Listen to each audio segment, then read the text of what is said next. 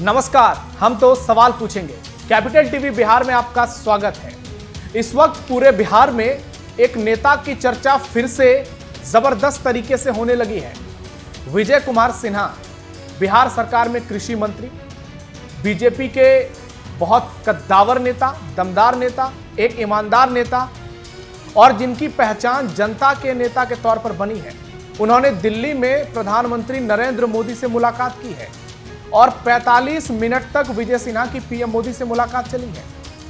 ऐसे busy schedule में Vijay Sinha PM Modi से मिले हैं। बहुत सारे सवाल उठ रहे हैं क्योंकि इस वक्त कई राज्यों के बड़े बड़े नेताओं की कतार लगी है, लेकिन पीएम मोदी उनको समय नहीं दे पा रहे हैं। और यह तब हो रहा है जब विजय सिन्हा लगातार बयान दे रहे हैं और उनके बयानों से बिहार में हड़कंप मच रहा है।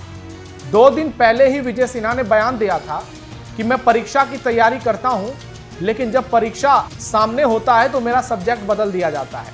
और अब एक बार फिर से विजय कुमार सिन्हा ने बहुत बड़ा बयान दिया है और उन्होंने कहा है कि मैं बेदर्द हूं, मुझे दर्द नहीं होता। दर्द कैसा होता है, हम तो बेदर्द हैं, ये विजय सिन्हा कह रहे हैं। बीजेपी का आज भी सिपाही हूं, कल भी सिपाही रहूंगा। जो भी जिम्मेदारी कमांडर देंगे उसका ईमानदारी से निर्वहन करूंगा। बार बार विजय सिन्हा का दर्द क्यों छलक रहा है, यह सबसे बड़ा सवाल है। विजय सिन्हा क्यों बयान दे रहे हैं? क्या उनके बयानों के पीछे उनकी कोई रणनीति है या फिर यह सिर्फ विजय सिन्हा के भीतर छिपा दर्द है? और आज जब पीएम मोदी से उनकी अचानक मुलाकात होती है तो बिहार की राजनीति में भूचाल आ जाता है, क्योंकि बिहार में विजय सिन्हा सम्राट चौधरी के बाद नंबर 2 है बीजेपी में। पीएम मोदी उनके घर जा चुके हैं। बीजेपी ने उन्हें नेता प्रतिपक्ष बनाया, फिर डिप्टी सीएम बनाया, भूमि राजस्व सुधार मंत्री बनाया और उसके बाद विजय सिन्हा ने जो कुछ काम किया, अपने आप में बिहार में वो इतिहास बन गया। एक तरफ विजय सिन्हा के बयान, पीएम मोदी से मुलाकात, ये 2 खबरें हैं, तो दूसरी तरफ सम्राट चौधरी भी जमकर हुंकार भर रहे हैं और कह रहे हैं बिहार में जो भी सत्ता में बैठे लोग जाति की राजनीति करेंगे उन पर एक्शन होगा और कोई भी अपराधी होगा 48 घंटे में उस पर कार्रवाई होगी। तो ऐसे में सम्राट चौधरी से लेकर विजय सिन्हा तक और विजय सिन्हा से लेकर पीएम मोदी तक हर किसी की चर्चा हो रही है।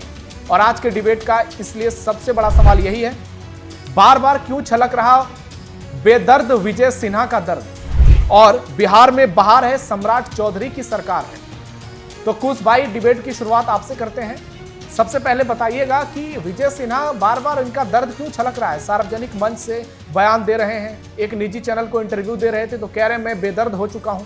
जी निवेंदु जी नमस्ते। मैं आपको बता देना चाहता हूं कि जिस दिन सम्राट चौधरी जी की घोषणा हुई थी विधायक दल के नेता के रूप में, उसकी प्रस्तावना माननीय विजय सिन्हा जी ने की थी और उसके बाद मीडिया को दिए इंटरव्यू में उन्होंने स्पष्ट तौर पर कहा था कि मैं भारतीय जनता पार्टी का एक सिपाही हूं और हमारे कमांडर के आदेश पर, मतलब जो भी भारतीय जनता पार्टी का कार्यकर्ता होता है उसके लिए स्वयं से पहले दल और दल से पहले देश, पार्टी, हम लोग पार्टी से पहले देश को मानते हैं। हम लोग ऐसे पार्टी से जुड़े हुए लोग हैं, इसीलिए हम लोगों का कोई व्यक्तिगत स्वार्थ नहीं होता। जो संगठन का आदेश होता है, जिसमें राष्ट्र हित, जिसमें समाज हित की बात रहती है, वह मानने वाले पार्टी से जुड़े हुए लोग हैं। इसलिए इसमें कहीं पर कोई दर्द नहीं है। हाँ, लेकिन विजय सिन्हा हमारे माननीय नेता है, हमारे वरिष्ठ नेता है। और अभी अचानक पीएम मोदी से मुलाकात के क्या मायने हैं? क्या उनको दिल्ली से स्पेशली बुलाया गया था या फिर उनके जो बयान थे वो बीजेपी को असहज कर रहे थे?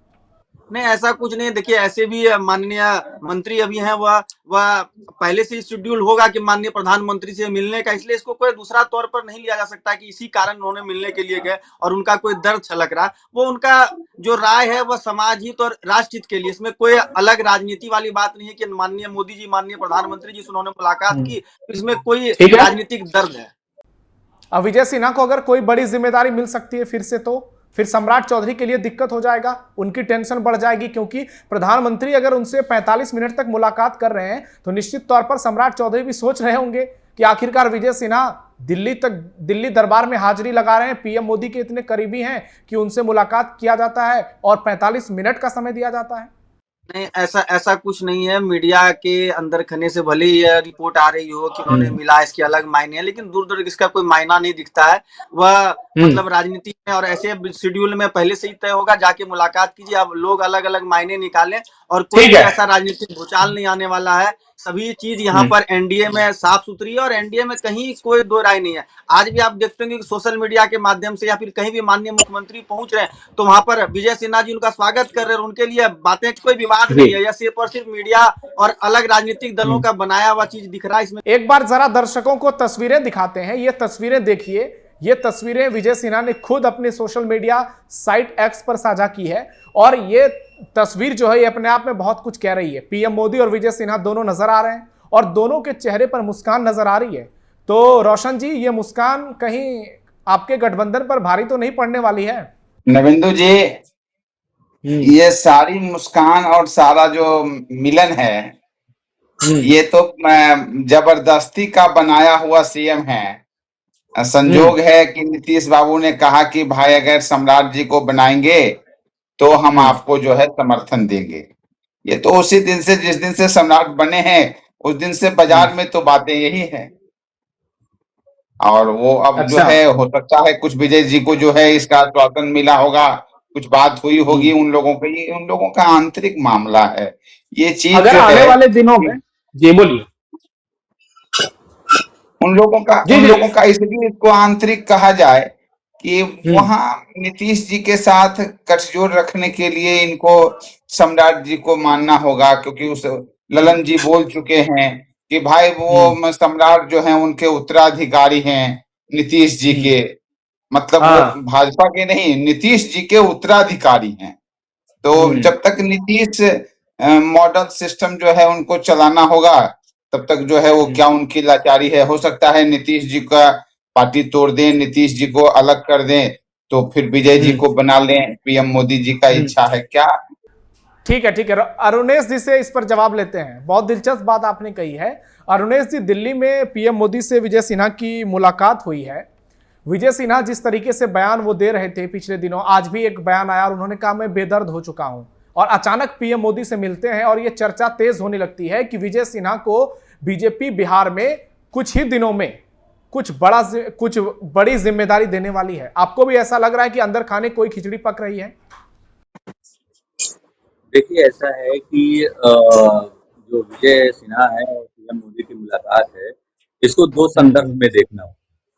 पहला संदर्भ तो ये है कि अभी हाल फिलहाल की जो घटनाएं हुई हैं बिहार में, हाल फिलहाल जो पब्लिक डोमेन पर विजय सिन्हा ने अपना दर्द बयां किया है और अपने ही डिबेट किया था कि कहा था कि मैं तैयारी इस पेपर की करता हूं और एग्जाम इस पेपर का आ जाता है।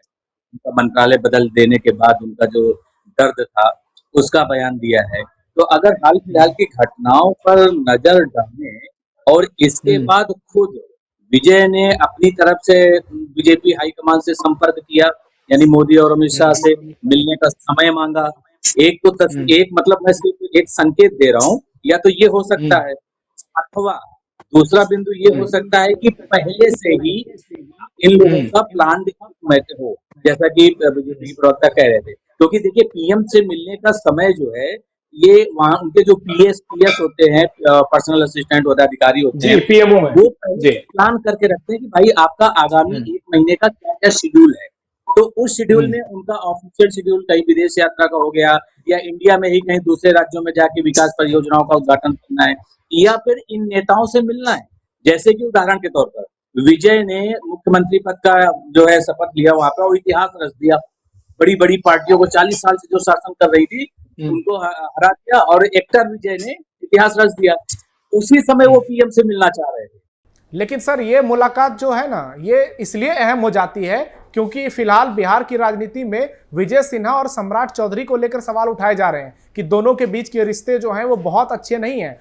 उसे इस तौर पर विपक्ष पेश कर रहा है जैसे उत्तर प्रदेश में योगी आदित्यनाथ बनाम केशव प्रसाद मौर्य के तौर पर दिखाया जाता है। देखिए, ऐसा है कि आप जो दो संदर्भ में आपको बता रहा था, तो अब किसी भी संदर्भ के माध्यम से मुलाकात हुई हो, मुलाकात तो हुई है ना। अब जाहिर सी बात है, अगर मुलाकात हुई है तो कुछ ना कुछ बात भी हुई होगी। और बात क्या हुई होगी कि भाई देखिए, बिहार में मेरे साथ क्या हो रहा है, मैं इतना काबिल नेता हूँ, मैं इतना काबिल मंत्री हूँ, और मेरी जो है कोई सुन ही नहीं रहा है। कभी कोई एक विभाग में मुझे मंत्री का जिम्मेदारी दे दिया जाता है, तो कभी किसी दूसरे डिपार्टमेंट की जिम्मेदारी दी जाती है। यानी कहीं विजय सिन्हा ने अपने दुख दर्द को पीएम मोदी के सामने बयां किया है। अब इसके बाद पीएम की तरफ से उनको क्या आश्वासन मिला है, ये देखने वाली बात है, ये जरूरी जानने वाली बात है, क्योंकि मुझे ऐसा लग रहा है कि जरूर, जैसा कि आप कह रहे थे कि ऐसा भी हो सकता है कि उनको आश्वासन दिया गया हो, आप चिंता मत कीजिए, आने वाले समय में हम आपको बिहार में जो या तो संगठन में या तो सरकार में बहुत ही बड़ा पद देंगे। तो कहीं ना कहीं उनको संतुष्ट करने का प्रयास किया गया होगा मोदी जी के द्वारा, ऐसा मुझे लगता है। माफी चाहूंगा सर, आज समय बहुत कम है हमारे पास। आपने बहुत बड़ी बात कही, हो सकता है आगे चलकर विजय सिन्हा को कोई बड़ी जिम्मेदारी मिल जाए। कुश जी, विजय सिन्हा क्या दोबारा से डिप्टी सीएम बन सकते हैं, या भविष्य में बीजेपी उन्हें सीएम भी बना सकती है सम्राट चौधरी को हटाकर, जो रोशन जी आरोप लगाते हैं? एक लाइन में प्लीज जवाब दीजिएगा। देखिए, भारतीय जनता पार्टी एक ऐसी पार्टी है जिसमें कुछ भी संभव है। जो कार्यकर्ता आगे काम करेगा, क्योंकि भारतीय जनता पार्टी दूसरे पार्टी की तरह नहीं है कि लालू यादव मुख्यमंत्री बने हैं तो तेजस्वी बनेंगे, तेजस्वी के बाद शायद उनका बेटा का जन्मदिन था वो बनेगा। भारतीय जनता पार्टी में कोई भी मुख्यमंत्री, कोई भी प्रधानमंत्री, कोई भी राष्ट्रीय अध्यक्ष बन सकता है। इसका उदाहरण हम लोगों ने देखा है। आपने एक बात कह दी, रोशन जी को हेडलाइन मिल गया है, वो खुश हो रहे हैं कि रोशन जी ने कहा बीजेपी में कोई भी कुछ बन सकता है। रोशन जी जवाब दीजिएगा, क्लोजिंग कमेंट। देखिए, ये कहने की ये बातें ललन जी जब अपने सभा में भी बोले थे तो उसी दिन बीजेपी को चुभ गया होगा। उन्होंने एकदम महती सभा में उन्होंने कहा था, ललन केंद्रीय मंत्री जो हैं, कि मैं ये सम्राट चौधरी जो हैं वो नीतीश जी के उत्तराधिकारी हैं। तो ये सब जो है एनडीए और भाजपा किसी का बिना नाम लिए हुए उन्होंने इसलिए बीजेपी और पीएम मोदी विजय सिन्हा जी से आगे उनकी रणनीति है।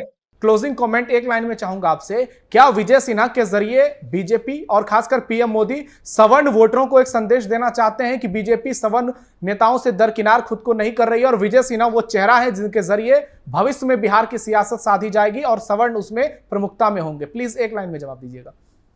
हाँ, देखिए, बिल्कुल ये सही आपका आकलन है, क्योंकि बीजेपी तो कहीं ही सवर्णों की पार्टी जाती है, लेकिन चाहे यूपी हो चाहे बिहार हो, कुछ ऐसी घटनाएं हुई हैं जिनकी वजह से सवर्ण, खासतौर पर यूबीसी वाला जो मुद्दा था कि सवर्ण बीजेपी से नाराज चल रहा है, तो कहीं ना कहीं सवर्णों की पार्टी सवर्णों से दूर कैसे रह सकती है। तो ये एक संदेश देने की माध्यम है, कोशिश ये। और अभी तो झटका तो लगा, ठीक है सर, ओके, मुख्यमंत्री की रेस में आगे हो, लेकिन विजय सिन्हा भी उस रेस में थे। तो विजय सिन्हा की महत्वाकांक्षा दरअसल मुख्यमंत्री बनने की है। अब बीजेपी, बिल्कुल आपकी बात सही है, ये देखने वाली बात है। ठीक है, कुश जी, अरुणेश जी ने कहा कि बीजेपी सवर्णों की पार्टी है, आप इस बात से इत्तेफाक रखते हैं? देखिए, बीजेपी सामाजिक समरसता को लेकर चलने वाली पार्टी है। इसमें कोई जाति विशेष और इसकी किसी की पार्टी नहीं है। बीजेपी में हर जाति के लोग हैं, और यह कहना कि सवर्ण की है, ओबीसी की, SC ST किसी की नहीं। बीजेपी भारतीय जनता पार्टी भारत के हर एक नागरिकों की पार्टी है, किसी जाति विशेष की पार्टी। ठीक है, रोशन जी एक लाइन में बोलिएगा। कांग्रेस सवर्णों की पार्टी है, 4 प्रदेश में आपके मुख्यमंत्री सवर्ण है, एक सिद्धारमैया बचे थे ओबीसी, उनको भी हटा दिया। एक लाइन में प्लीज क्लोजिंग कमेंट। हमारा एक लाइन का कमेंट है, जात पर ना पात पर, मोहर लगाओ हाथ पर। इसी नोट पर खत्म कर रहा हूं। आप लोग हमारे साथ जुड़े, आप तीनों का बहुत बहुत धन्यवाद। कुश जी हमारे साथ जुड़े, अरुणेश जी जुड़े और रोशन जी जुड़े, और आप लोगों ने समय निकाला, इसके लिए बहुत बहुत शुक्रिया आपका एक बार फिर से। तो अब देखना यह होगा कि पीएम मोदी से मुलाकात के बाद क्या विजय सिन्हा को एक बार फिर से बिहार में और बड़ी जिम्मेदारी मिलती है? क्या वो फिर से डिप्टी सीएम बन सकते हैं, या फिर भविष्य में वो मुख्यमंत्री भी बन सकते हैं? बहुत सारे सवाल हैं जिसके जवाब विजय सिन्हा के समर्थक ढूंढ रहे हैं और बीजेपी के कोर वोटर भी ढूंढ रहे हैं। आपकी राय क्या है कमेंट बॉक्स में जरूर बताइएगा। साथ ही इस बात पर भी अपनी राय दीजिएगा, क्या विजय सिन्हा से जो पीएम मोदी की मुलाकात हुई है उसने सम्राट चौधरी की टेंशन बढ़ाई है या फिर नहीं? फिलहाल के लिए हम तो सवाल पूछेंगे में इतना ही। धन्यवाद।